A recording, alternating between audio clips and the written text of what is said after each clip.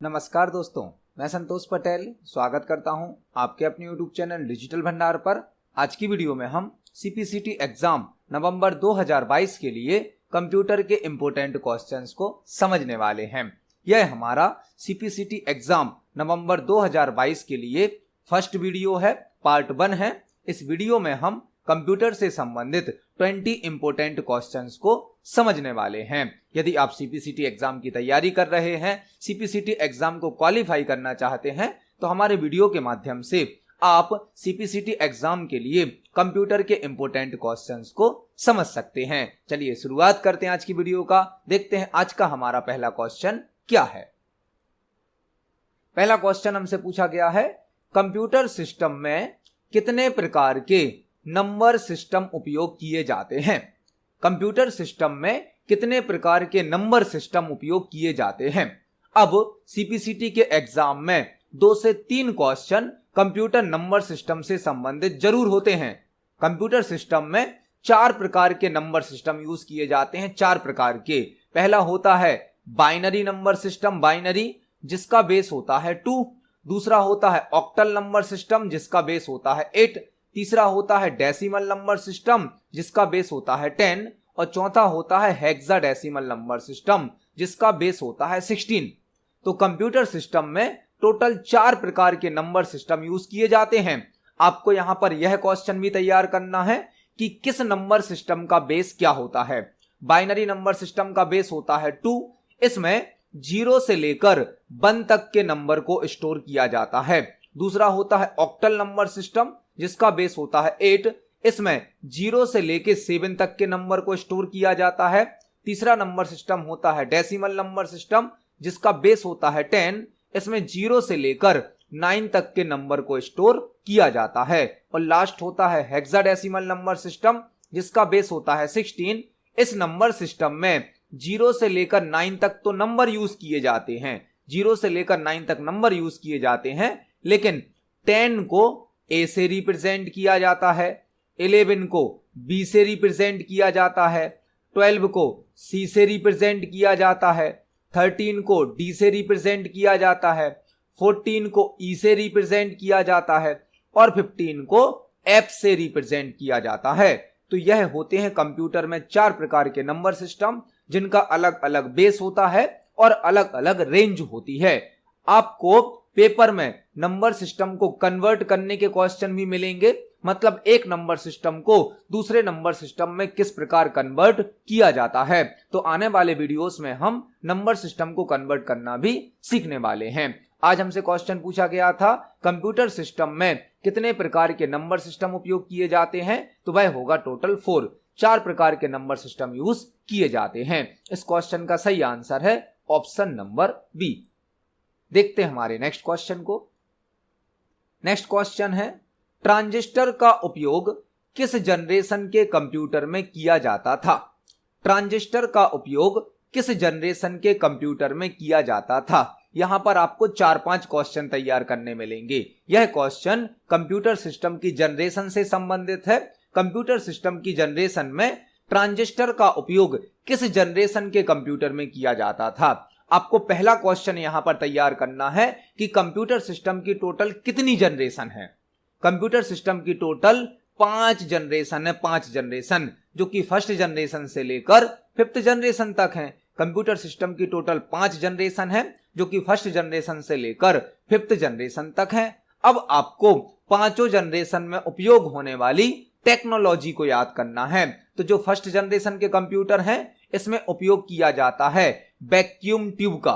First generation के computer में vacuum tube का यूज किया जाता है। सेकंड जनरेशन के कंप्यूटर में ट्रांजिस्टर का उपयोग किया जाता है। थर्ड जनरेशन के कंप्यूटर सिस्टम में आईसी का उपयोग किया जाता है। आईसी मतलब इंटीग्रेटेड सर्किट। फोर्थ जनरेशन के कंप्यूटर सिस्टम में VLSI का उपयोग किया जाता है। VLSI माइक्रो प्रोसेसर यूज होता है और माइक्रो प्रोसेसर के अंदर जो टेक्नोलॉजी होती है वह होती है VLSI, very large scale integration. और 5th जनरेशन के कंप्यूटर में ULSI का यूज किया जाता है। ULSI ultra large scale integration. और यह आर्टिफिशियल इंटेलिजेंस पर आधारित होते हैं। तो कंप्यूटर सिस्टम की टोटल 5 जनरेशन है और पांचों जनरेशन की आपको टेक्नोलॉजी याद करनी है, क्योंकि एक क्वेश्चन तो कंप्यूटर जनरेशन से संबंधित जरूर आता है। फर्स्ट जनरेशन में वैक्यूम ट्यूब का यूज किया गया, सेकंड जनरेशन में ट्रांजिस्टर का यूज किया गया, थर्ड जनरेशन में आईसी का यूज किया गया और फोर्थ जनरेशन में VLSI का यूज किया गया, फिफ्थ जनरेशन में ULSI का यूज किया जाने लगा। तो इस क्वेश्चन का सही आंसर होगा ऑप्शन नंबर बी, ट्रांजिस्टर का उपयोग सेकंड जनरेशन के कंप्यूटर में किया जाता है। देखते हैं हमारे नेक्स्ट क्वेश्चन को। नेक्स्ट क्वेश्चन है, ब्लैंक एक प्री रिटन फॉर्मूला होता है जिसका उपयोग एक्सेल में ऑटोमेटिक कैलकुलेशन करने के लिए किया जाता है। ब्लैंक एक प्री रिटन फॉर्मूला होता है जिसका उपयोग एक्सेल में ऑटोमेटिक कैलकुलेशन करने के लिए किया जाता है। MS एक्सेल में कोई भी कैलकुलेशन करना है, कोई भी कंडीशन चेक करना है तो फॉर्मूला और फंक्शन का यूज किया जाता है। फॉर्मूला और फंक्शन, जो फॉर्मूला होता है वह यूजर डिफाइन होता है, यूजर बनाता है, जबकि फंक्शन जो होता है वह प्री डिफाइन होता है, मतलब प्री रिटन होता है। जो पहले से बना बनाया फॉर्मूला होता है उसे कहा जाता है फंक्शन। MS एक्सेल में फॉर्मूला और फंक्शन दोनों ही कैलकुलेशन करने के लिए यूज किए जाते हैं, लेकिन फॉर्मूला यूजर के द्वारा क्रिएट किया जाता है जबकि फंक्शन पहले से बना बनाया होता है, फंक्शन पहले से प्री डिफाइन होता है। तो यहां पर इस क्वेश्चन में हमसे पूछा गया है एक प्री रिटन मतलब पहले से लिखा हुआ, पहले से बना हुआ फॉर्मूला होता है जिसका उपयोग एक्सेल में ऑटोमेटिक कैलकुलेशन के लिए किया जाता है, वह होगा फंक्शन। एक्सेल के अंदर मल्टीपल प्री रिटन या प्री डिफाइंड फंक्शन होते हैं जिनके द्वारा हम फास्ट स्पीड में कैलकुलेशन कर सकते हैं। तो इस क्वेश्चन का सही आंसर होगा ऑप्शन नंबर डी, फंक्शन एक प्री रिटन या प्री डिफाइंड फॉर्मूला होता है। तो इस क्वेश्चन का सही आंसर है ऑप्शन नंबर डी। देखते हैं हमारे नेक्स्ट क्वेश्चन को। नेक्स्ट क्वेश्चन है, OSI मॉडल में कितनी लेयर होती हैं? यह क्वेश्चन कंप्यूटर नेटवर्क से पूछा गया है। OSI मॉडल में कितनी लेयर होती हैं? यहां पर आपको दो क्वेश्चन तैयार करने हैं। एक क्वेश्चन, OSI का फुल फॉर्म क्या होता है?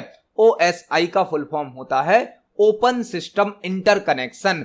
Open system interconnection, OSI model में OSI का फुल फॉर्म होता है ओपन सिस्टम इंटरकनेक्शन। और OSI मॉडल में टोटल 7 लेयर होती हैं, 7 लेयर होती हैं। OSI मॉडल कंप्यूटर नेटवर्क का एक मॉडल है जो कि नेटवर्क में सोर्स के डेटा को डेस्टिनेशन तक सही तरीके से ट्रांसफर करने के लिए वर्क करता है। और OSI मॉडल में टोटल 7 लेयर होती हैं। तो इस क्वेश्चन का सही आंसर होगा option number D, OSI model में टोटल 7 लेयर होती हैं और OSI का फुल फॉर्म होता है ओपन सिस्टम इंटरकनेक्शन। तो इस क्वेश्चन का सही आंसर है ऑप्शन नंबर डी। देखते हैं हमारे नेक्स्ट क्वेश्चन को। नेक्स्ट क्वेश्चन है, हमें एक बाइनरी नंबर दिया गया है और इसकी हमें फर्स्ट कॉम्प्लीमेंट वैल्यू बतानी है, क्या होगी?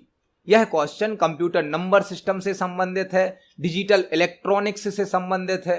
अब CPCT के पेपर में कंप्यूटर नंबर सिस्टम से, डिजिटल इलेक्ट्रॉनिक्स से एक दो क्वेश्चन जरूर पूछे जाते हैं। तो यहां पर हमें एक कॉम्प्लीमेंट का क्वेश्चन दिया गया है। कॉम्प्लीमेंट का हमें एक बाइनरी नंबर दिया गया है, इसका हमें वंश कॉम्प्लीमेंट या फर्स्ट कॉम्प्लीमेंट बताना है, क्या होगा? यह एक बहुत ही बेसिक, बहुत ही सिंपल क्वेश्चन है जो सॉल्व करना बहुत ही आसान है। यदि आपको किसी भी बाइनरी नंबर का फर्स्ट कॉम्प्लीमेंट या वंश कॉम्प्लीमेंट निकालना है तो इसको कैसे सॉल्व करते हैं देखें आप।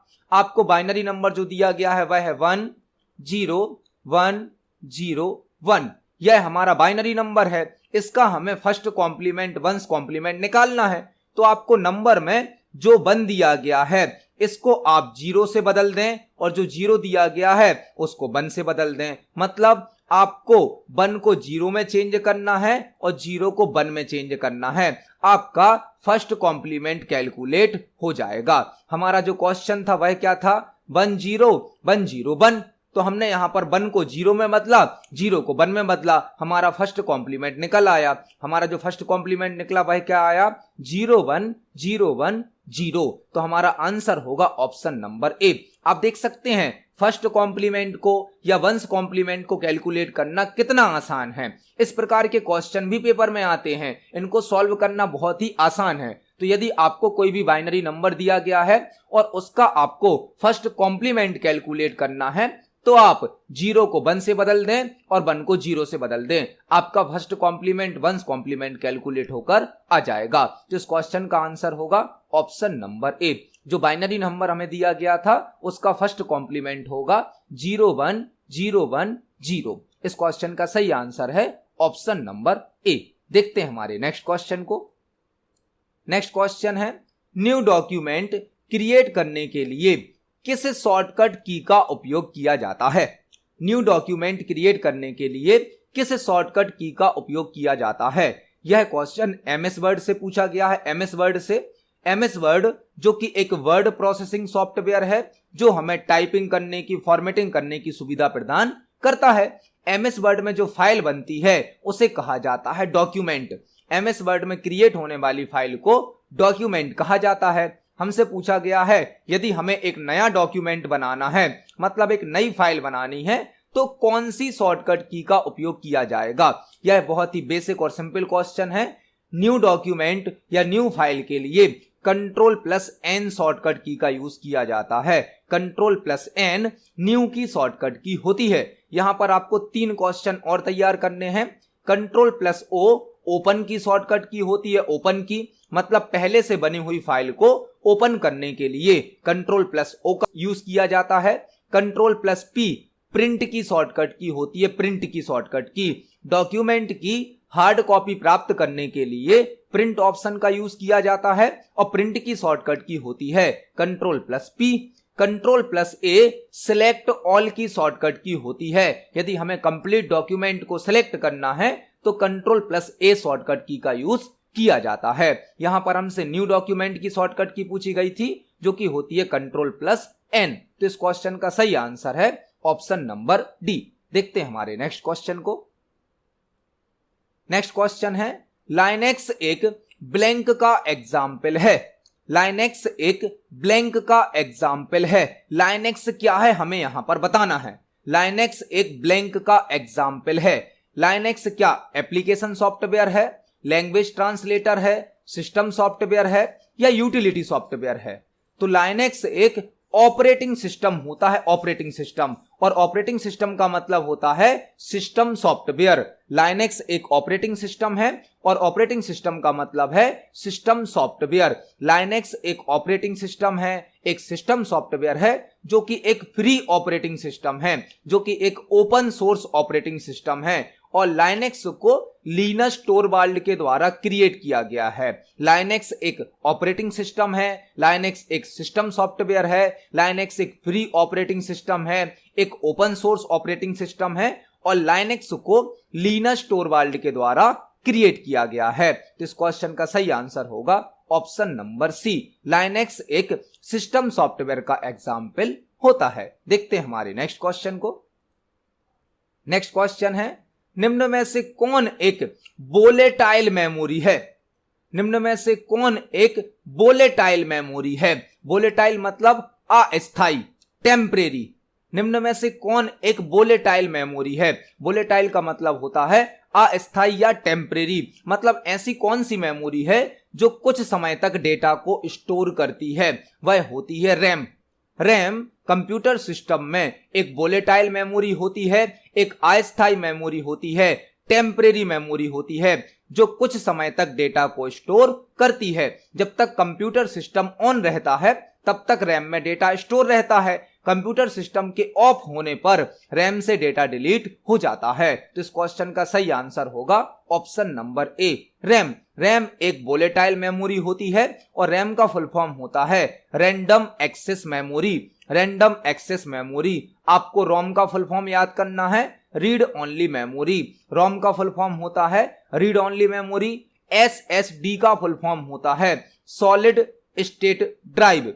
Solid state drive. तो यहां पर हमने एक साथ 3-4 क्वेश्चन को तैयार किया। इस क्वेश्चन का सही आंसर है ऑप्शन नंबर ए, रैम एक वोलेटाइल मेमोरी होती है। देखते हैं हमारे नेक्स्ट क्वेश्चन को। नेक्स्ट क्वेश्चन है, निम्न में से कौन एक इंपैक्ट प्रिंटर है? निम्न में से कौन एक इंपैक्ट प्रिंटर है? प्रिंटर जो कि एक आउटपुट डिवाइस है जिसका उपयोग हार्ड कॉपी आउटपुट प्राप्त करने के लिए किया जाता है। प्रिंटर एक आउटपुट डिवाइस है जो कि हमें हार्ड कॉपी आउटपुट प्रदान करता है। प्रिंटर को दो कैटेगरी में बांटा गया है, एक होते हैं इंपैक्ट प्रिंटर, एक होते हैं नॉन इंपैक्ट प्रिंटर। एक होते हैं इंपैक्ट प्रिंटर, एक होते हैं non impact printer. Impact printer वह कहलाते हैं जो प्रिंटिंग करते समय हाई साउंड करते हैं, अधिक आवाज करते हैं, आवाज ज्यादा होती है इनमें। जबकि non impact printer low sound में, बहुत कम साउंड में प्रिंटिंग का वर्क करते हैं। इंपैक्ट का मतलब होता है प्रभाव, इंपैक्ट का मतलब होता है प्रभाव। तो ऐसा प्रिंटर जो प्रिंटिंग करते समय, वर्क करते समय अपना प्रभाव दिखाता है, अपना इंपैक्ट दिखाता है, आवाज अधिक करता है, वह कहलाता है इंपैक्ट प्रिंटर। और इंपैक्ट प्रिंटर जो भी होते हैं उनकी स्पीड स्लो होती है, उनकी प्रिंटिंग क्वालिटी लो होती है। जबकि नॉन इंपैक्ट प्रिंटर बहुत कम साउंड में हाई स्पीड के साथ हाई क्वालिटी आउटपुट प्रदान करते हैं। तो हमसे पूछा गया है निम्न में से कौन एक इंपैक्ट प्रिंटर है? लेजर प्रिंटर तो नॉन इंपैक्ट प्रिंटर है, इंकजेट प्रिंटर भी नॉन इंपैक्ट प्रिंटर है, थर्मल प्रिंटर भी नॉन इंपैक्ट प्रिंटर है। यहां पर आंसर होगा हमारा dot matrix printer. Dot matrix printer जो कि एक इंपैक्ट प्रिंटर होता है, जो कि प्रिंटिंग करते समय अधिक शोर करता है, आवाज अधिक करता है। तो इस क्वेश्चन का सही आंसर होगा option number C. Dot matrix printer एक इंपैक्ट प्रिंटर होता है। इस क्वेश्चन का सही आंसर है ऑप्शन नंबर सी। देखते हैं हमारे नेक्स्ट क्वेश्चन को। नेक्स्ट क्वेश्चन है, पावर पॉइंट प्रेजेंटेशन में उपयोग होने वाले पेज को क्या कहा जाता है? पावर पॉइंट प्रेजेंटेशन में उपयोग होने वाले पेज को क्या कहा जाता है? पावर पॉइंट जो कि एक प्रेजेंटेशन सॉफ्टवेयर है जिसे माइक्रोसॉफ्ट कंपनी ने बनाया है। पावर पॉइंट में प्रेजेंटेशन क्रिएट किया जाता है। एक प्रेजेंटेशन मल्टीपल स्लाइड का कलेक्शन होता है। एक प्रेजेंटेशन मल्टीपल स्लाइड का कलेक्शन होता है। मतलब पावर पॉइंट प्रेजेंटेशन में जो पेज उपयोग किया जाता है उसे कहा जाता है स्लाइड, क्योंकि एक प्रेजेंटेशन मल्टीपल स्लाइड्स का कलेक्शन होता है। तो इस क्वेश्चन का सही आंसर होगा option number B. PowerPoint presentation में उपयोग होने वाले पेज को स्लाइड कहा जाता है। इस क्वेश्चन का सही आंसर है ऑप्शन नंबर बी। देखते हैं हमारे नेक्स्ट क्वेश्चन को।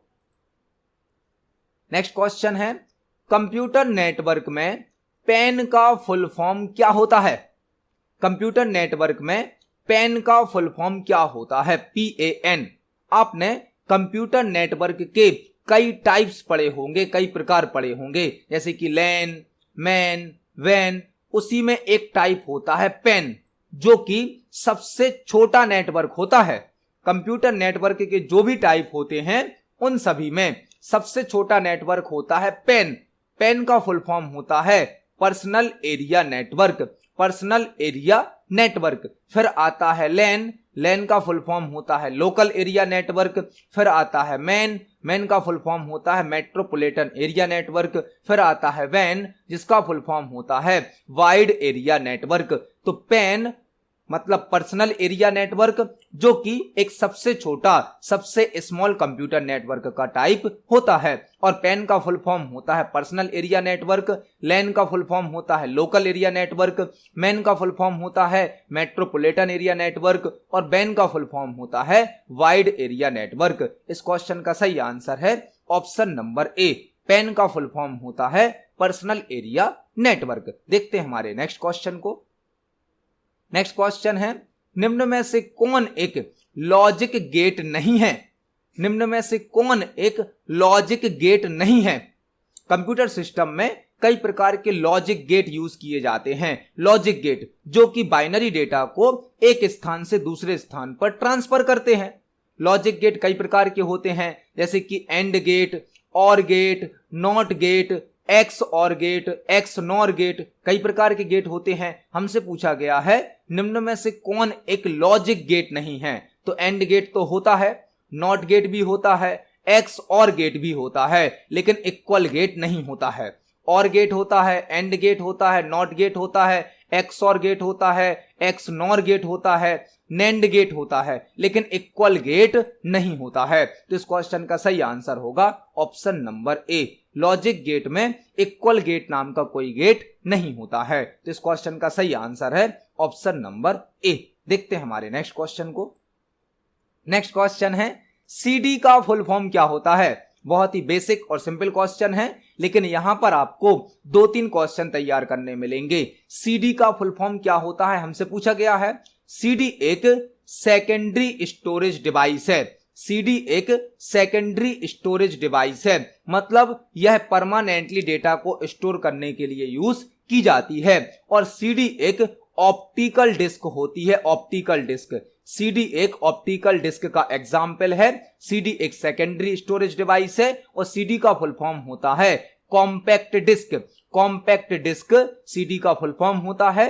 सीडी में 700 MB तक का डेटा स्टोर किया जा सकता है। 700 MB तक का डेटा स्टोर किया जा सकता है। सीडी पॉलीकार्बोनेट मटेरियल की बनी होती है। सीडी पॉलीकार्बोनेट मटेरियल की बनी होती है और सीडी की थिकनेस, सीडी की मोटाई 1.2 mm होती है।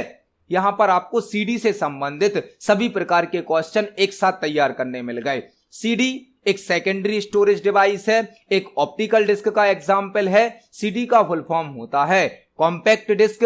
सीडी में 700 MB तक का डेटा स्टोर किया जा सकता है। सीडी पॉलीकार्बोनेट मटेरियल की बनी होती है और सीडी की जो थिकनेस होती है, मोटाई होती है, वह होती है 1.2 mm। तो यहां पर हमसे पूछा गया था सीडी का फुल फॉर्म, जो कि होता है कॉम्पैक्ट डिस्क। आप देख सकते हैं एक क्वेश्चन के अंदर आपको 3-3, 4-4 क्वेश्चन तैयार करने मिलेंगे। आप इन सभी क्वेश्चन को नोट जरूर करें, आप अपने नोट्स जरूर बनाएं, क्योंकि जब आप पेपर के समय पर रिवीजन करेंगे तो आपको यह सभी क्वेश्चन बहुत कम समय में पढ़ने मिल जाएंगे। आप नोट्स बनाएंगे तो आपका रिवीजन बहुत अच्छे से हो जाएगा और एक क्वेश्चन के साथ आपको 4-5 क्वेश्चन तैयार करने मिल जाते हैं, तो इनको नोट जरूर करें। इस क्वेश्चन का सही आंसर है ऑप्शन नंबर बी। देखते हैं हमारे नेक्स्ट क्वेश्चन को। नेक्स्ट क्वेश्चन है MS वर्ड 2016 में थीम्स ऑप्शन किस टैब में प्राप्त होता है। MS वर्ड 2016 में थीम्स ऑप्शन किस टैब में प्राप्त होता है। यदि हमें MS वर्ड में जो हम डॉक्यूमेंट बना रहे हैं, जो फाइल बना रहे हैं, उसमें हमें एक ही प्रकार की स्टाइल अप्लाई करनी है, एक ही प्रकार की फॉर्मेटिंग अप्लाई करनी है, तो उसके लिए थीम्स का यूज किया जाता है। थीम्स के द्वारा हम कम समय में अपने डॉक्यूमेंट को आकर्षित बना सकते हैं। हमसे पूछा गया है थीम्स ऑप्शन किस टैब में प्राप्त होता है, तो थीम्स मतलब डॉक्यूमेंट को डिजाइन करना, और डिजाइन करने वाले जितने भी ऑप्शन हैं वह मिलते हैं डिजाइन टैब में, जैसे कि themes, page border, page colour, watermark. Document को डिजाइन करने में जो ऑप्शन यूज होते हैं वह हमें मिलते हैं डिजाइन टैब में। तो इस क्वेश्चन का सही आंसर होगा option number C. MS word 2016 में थीम्स ऑप्शन डिजाइन टैब में प्राप्त होता है। इसको हम MS वर्ड पर प्रैक्टिकली देख सकते हैं। यह हमारा MS वर्ड सॉफ्टवेयर है। जब हम डिजाइन टैब को सिलेक्ट करते हैं तो यहां पर पहला ऑप्शन होता है themes. Themes option design tab के अंतर्गत प्राप्त होता है। यहां हमें वाटरमार्क, पेज कलर और पेज बॉर्डर ऑप्शन भी प्राप्त हो जाते हैं। तो इस क्वेश्चन का सही आंसर होगा ऑप्शन नंबर सी। देखते हैं हमारे नेक्स्ट क्वेश्चन को। नेक्स्ट क्वेश्चन है MS एक्सेल में टेक्स्ट का डिफॉल्ट अलाइनमेंट क्या होता है। MS एक्सेल में टेक्स्ट का डिफॉल्ट अलाइनमेंट क्या होता है। जब आप MS एक्सेल में कोई टेबल बनाते हैं, कोई वर्कशीट बनाते हैं, तो उसमें अलग अलग प्रकार का डेटा टाइप किया जाता है, जैसे कि number, text, date, time, percentage, कई प्रकार का डेटा टाइप होता है। हमसे पूछा गया है यदि हम एक्सेल में टेक्स्ट टाइप करते हैं तो ऑटोमेटिक या डिफॉल्ट उसका अलाइनमेंट क्या होता है, मतलब टेक्स्ट को किस अलाइनमेंट पर शो किया जाता है। MS एक्सेल में टेक्स्ट का डिफॉल्ट अलाइनमेंट होता है लेफ्ट और नंबर का डिफॉल्ट अलाइनमेंट होता है राइट। यहां पर 2 क्वेश्चन आपको तैयार करने हैं। MS एक्सेल में टेक्स्ट का डिफॉल्ट अलाइनमेंट होता है लेफ्ट और नंबर का डिफॉल्ट अलाइनमेंट होता है राइट। तो यहां पर हमने एक साथ 2 क्वेश्चन तैयार करे और इस क्वेश्चन का सही आंसर है ऑप्शन नंबर ए। इसको हम एक्सेल पर प्रैक्टिकली देख सकते हैं। फॉर एग्जाम्पल, हमने यहां पर एक वर्ड टाइप किया डिजिटल। तो आप देख सकते हैं डिजिटल एक वर्ड है, टेक्स्ट है, लेफ्ट अलाइनमेंट पर शो हो रहा है। और यदि हम यहां पर एक नंबर टाइप करते हैं 100, तो आप देख सकते हैं इसका अलाइनमेंट क्या हो गया है, राइट हो गया है। तो एक्सेल में टेक्स्ट का डिफॉल्ट अलाइनमेंट होता है लेफ्ट और नंबर का डिफॉल्ट अलाइनमेंट होता है राइट। इस क्वेश्चन का सही आंसर है ऑप्शन नंबर ए। देखते हैं हमारे नेक्स्ट क्वेश्चन को। नेक्स्ट क्वेश्चन है, निम्न में से कौन विंडोज ऑपरेटिंग सिस्टम का वर्जन नहीं है? निम्न में से कौन विंडोज ऑपरेटिंग सिस्टम का वर्जन नहीं है? विंडोज जो कि एक ऑपरेटिंग सिस्टम है जिसे माइक्रोसॉफ्ट कंपनी के द्वारा बनाया गया है। विंडोज एक ऑपरेटिंग सिस्टम है जिसे माइक्रोसॉफ्ट कंपनी के द्वारा बनाया गया है। विंडोज एक ग्राफिकल यूजर इंटरफेस वाला ऑपरेटिंग सिस्टम है। मतलब विंडोज जो है वह ग्राफिकल यूजर इंटरफेस पर वर्क करता है। विंडोज ऑपरेटिंग सिस्टम के मल्टीपल वर्जन अभी तक मार्केट में आ चुके हैं। हमसे पूछा गया है कि दिए गए ऑप्शन में से विंडोज का कौन सा वर्जन नहीं है। विंडोज एक्सपी विंडोज का वर्जन है, विंडोज ME भी है, विंडोज विस्टा भी है, लेकिन विंडोज TN नाम का कोई भी विंडोज का वर्जन नहीं है। विंडोज NT होता है, विंडोज NT होता है, विंडोज न्यू टेक्नोलॉजी, लेकिन विंडोज TN नहीं होता है। तो इस क्वेश्चन का सही आंसर होगा option number C. Windows TN Windows operating system का वर्जन नहीं है, विंडोज NT होता है। तो इस क्वेश्चन का सही आंसर होगा ऑप्शन नंबर सी। आपको यहां पर दो क्वेश्चन और तैयार करने हैं। विंडोज XP में XP का फुल फॉर्म क्या होता है? XP का फुल फॉर्म होता है एक्सपीरियंस। विंडोज XP में XP का फुल फॉर्म होता है एक्सपीरियंस। विंडोज ME में ME का फुल फॉर्म होता है मिलेनियम एडिशन, मिलेनियम एडिशन। और विंडोज NT जो होता है उसमें NT का फुल फॉर्म होता है न्यू टेक्नोलॉजी। तो इस क्वेश्चन का सही आंसर है option number C. Windows TN Windows operating system का कोई वर्जन नहीं होता है। देखते हैं हमारे नेक्स्ट क्वेश्चन को। नेक्स्ट क्वेश्चन है, लाइनेक्स में फाइल क्रिएट करने के लिए किस कमांड का उपयोग किया जाता है? यह क्वेश्चन लाइनेक्स ऑपरेटिंग सिस्टम से पूछा गया है। लाइनेक्स ऑपरेटिंग सिस्टम में वर्क करने के लिए मल्टीपल टाइप की कमांड यूज की जाती हैं। हमसे पूछा गया है यदि हमें लाइनेक्स में एक फाइल बनानी है तो हम कौन सी कमांड यूज करेंगे? लाइनेक्स ऑपरेटिंग सिस्टम में फाइल को बनाने के लिए कैट कमांड का यूज किया जाता है। कैट कमांड का, कैट का फुल फॉर्म होता है कॉनकैटिनेट। कॉनकैटिनेट जो कि लाइनेक्स में किसी फाइल को बनाती है, फाइल को ओपन करती है और पहले से बनी हुई फाइल में न्यू टेक्स्ट को अपेंड करती है। कैट कमांड के 3 काम होते हैं, न्यू फाइल को बनाना, फाइल को ओपन करना और एक पहले से बनी हुई फाइल में एक्स्ट्रा टेक्स्ट को अपेंड करना। तो लाइनेक्स ऑपरेटिंग सिस्टम में फाइल को बनाने के लिए कैट कमांड का यूज किया जाता है। इस क्वेश्चन का सही आंसर है ऑप्शन नंबर सी। देखते हैं हमारे नेक्स्ट क्वेश्चन को। नेक्स्ट क्वेश्चन है, डॉस का फुल फॉर्म क्या होता है? बहुत ही बेसिक और सिंपल सा क्वेश्चन है। डॉस का फुल फॉर्म क्या होता है? डॉस जो कि एक ऑपरेटिंग सिस्टम है जिसे माइक्रोसॉफ्ट कंपनी के द्वारा बनाया गया है। डॉस एक ऑपरेटिंग सिस्टम है जिसे माइक्रोसॉफ्ट कंपनी ने बनाया है। डॉस का फुल फॉर्म होता है disk operating system. Disk operating system. DOS एक ऐसा ऑपरेटिंग सिस्टम है जो CUI पर वर्क करता है, कैरेक्टर यूजर इंटरफेस पर वर्क करता है। डॉस में वर्क करने के लिए मल्टीपल टाइप की कमांड यूज की जाती हैं। कमांड के माध्यम से डॉस ऑपरेटिंग सिस्टम पर वर्क किया जाता है। तो डॉस एक ऐसा ऑपरेटिंग सिस्टम है जो CUI पर वर्क करता है, कैरेक्टर यूजर इंटरफेस पे वर्क करता है। इसमें वर्क करने के लिए कुछ कमांड का उपयोग किया जाता है। डॉस का फुल फॉर्म होता है डिस्क ऑपरेटिंग सिस्टम जिसे माइक्रोसॉफ्ट कंपनी के द्वारा बनाया गया है। तो इस क्वेश्चन का सही आंसर है ऑप्शन नंबर डी। इस क्वेश्चन का सही आंसर है option number D. Next question हमसे पूछा गया है, वेब पेज को ओपन करने के लिए किस सॉफ्टवेयर का उपयोग किया जाता है? वेब पेज को ओपन करने के लिए किस सॉफ्टवेयर का उपयोग किया जाता है? वेब पेज मतलब वेबसाइट का पेज। जब हम इंटरनेट पर कोई वेबसाइट ओपन करते हैं तो एक वेबसाइट में मल्टीपल वेब पेज होते हैं। वेबसाइट के पेज को कहा जाता है वेब पेज। और वेबसाइट या वेब पेज को ओपन करने के लिए वेब ब्राउजर की आवश्यकता होती है। वेब ब्राउजर की। वेब ब्राउजर एक ऐसा सॉफ्टवेयर होता है जो हमारे कंप्यूटर में इंस्टॉल होता है और किसी वेब पेज या वेबसाइट को ओपन करता है, जैसे कि Google Chrome, internet explorer, Mozilla Firefox, opera mini. यह सभी वेब ब्राउजर होते हैं जो कि किसी वेब पेज या वेबसाइट को ओपन करते हैं। वेब सर्वर वह होता है जिस पर किसी वेबसाइट को होस्ट किया जाता है। वेब सर्वर पर वेबसाइट को होस्ट किया जाता है और वेब पेज और वेबसाइट को ओपन करने के लिए वेब ब्राउजर का यूज किया जाता है। तो इस क्वेश्चन का सही आंसर होगा option number C. Web page या वेबसाइट को ओपन करने के लिए वेब ब्राउजर का यूज किया जाता है। इस क्वेश्चन का सही आंसर है option number C. Next question हमसे पूछा गया है, विंडोज ऑपरेटिंग सिस्टम में task bar by default blank में शो होता है। विंडोज ऑपरेटिंग सिस्टम में task bar by default blank में शो होता है। विंडोज ऑपरेटिंग सिस्टम का जो टास्क बार होता है वह बाय डिफॉल्ट कहां शो होता है, हमें बताना है।